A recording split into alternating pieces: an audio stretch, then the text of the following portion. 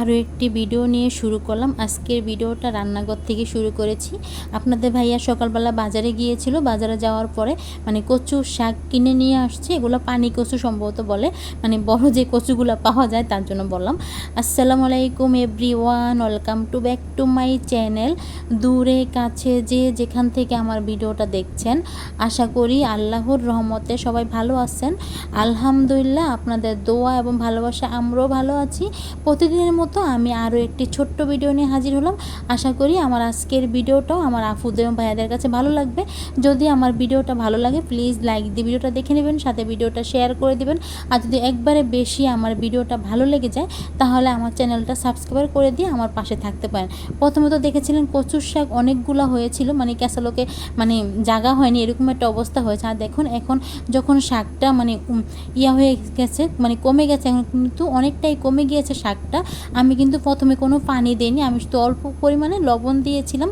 যেহেতু কচুর শাক থেকে পানি বের হবে তার জন্য আমি কিন্তু পানি দিইনি। যখন শাকটা কমে গিয়েছে আমি কিন্তু এই পর্যায়ে অল্প করে একটু হলুদের গুঁড়া দিয়েছি। কেউ চাইলে নাও দিতে পারেন, তবে আমি দিয়েছি যাতে কচুর শাকটা কালো না হয়ে যায় তার জন্য বললাম। আর কচুর শাকটা কিন্তু কেটে সাথে সাথে কিন্তু রান্নাটা করতে হয়, বাপিয়ে নিতে হয়, সেটা বলছিলাম। যদি রেখে দেওয়া হয় তাহলে কিন্তু দেখা গেছে কচুর শাকটা কালো হয়ে যায়। আর দেখুন আমার কচুর শাকটা কিন্তু বাফানো হয়ে গেছে, এখন কিন্তু আমি ছেঁকে নেব। কেউ চাইলে কিন্তু পানিটা রাখতে পারে, কচুর শাকের পানিটা, তবে আমি পানিটা রাখবো না, আমি পানিটা ছেঁকে ফেলে দেবো। তার জন্য আমি কিন্তু একটা ছাঁকনিতে কচুর শাকটা উঠিয়ে রেখেছি। এখন আবার কড়াইটা বসিয়ে দিয়েছি, তার জন্য কিন্তু প্রথমেই তেল দিয়েছিলাম। আমি বেশি কিছু দেব না, শুধু তেজপাতা দেব, গরম মশলার ভিতরে আমি শুধু তেজপাতা দেবো। আর আমি পেঁয়াজ কেটে নিয়েছিলাম, সাথে বেশি করে রসুন কেটে নিয়েছি। কচুর শাকের ভিতরে রসুন বাটা বা রসুন কুচি দিলেও কিন্তু খেতে ভালো লাগে, তবে আমি কিন্তু রসুন বাটাও দেবো। আর রসুন কুচি দিয়েছি বেশি করে, সাথে কিন্তু পেঁয়াজটা দিয়েছি। পেঁয়াজটা যদি বেশি করে দেওয়া হয় কচুর শাকের সাথে তাহলে কিন্তু খেতে ভালো লাগে।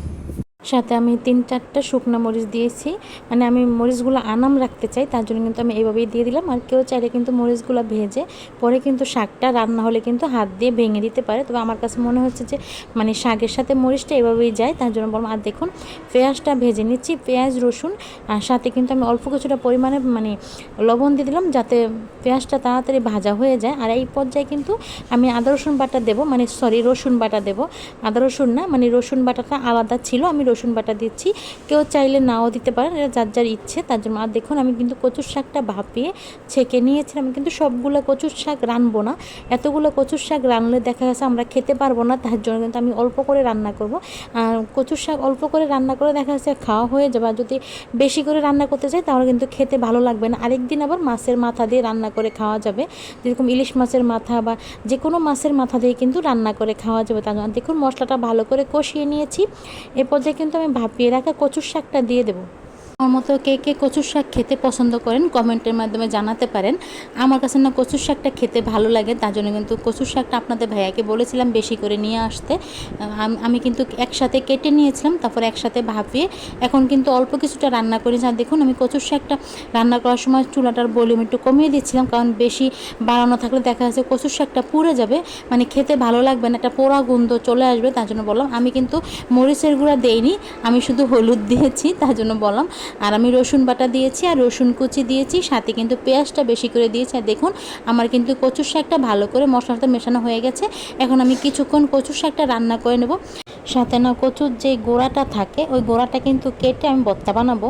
কেউ কিন্তু আবার পোড়া দিয়েও কিন্তু ভর্তা করা যায়। যদি মাটির চুলা হয় তাহলে কিন্তু পোড়া দিয়ে ভর্তা করলে কচুর গোড়াটা কিন্তু খেতে ভালো লাগে। আমরা তো গোড়াই বলি, জানি না বিভিন্ন জায়গায় তো বিভিন্ন নাম থাকতে পারে। আর দেখুন কচুর গোড়াটা কিন্তু আমি কেটে রেখেছিলাম, আমি কিন্তু ভাপিয়ে তারপরে কিন্তু ভর্তাটা করে নেব। আর দেখুন বেসিংয়ে সিনকে কতগুলো হাঁড়ি পাতিল হয়েছে। সরি, আপনারা কেউ কিছু মনে করবেন না, যেহেতু আমার ছেলেটা ছোট, ওকে কোলে নিয়ে কিন্তু আমার ভিডিওতে ভয়েসটা দিতে বা কথা রেকর্ডিং করতে হয়, তার জন্য বললাম।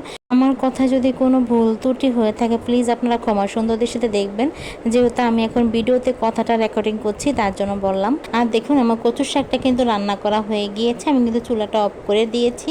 আর কচুর শাকটা না এভাবে রান্না করলে খেতে ভালো লাগে।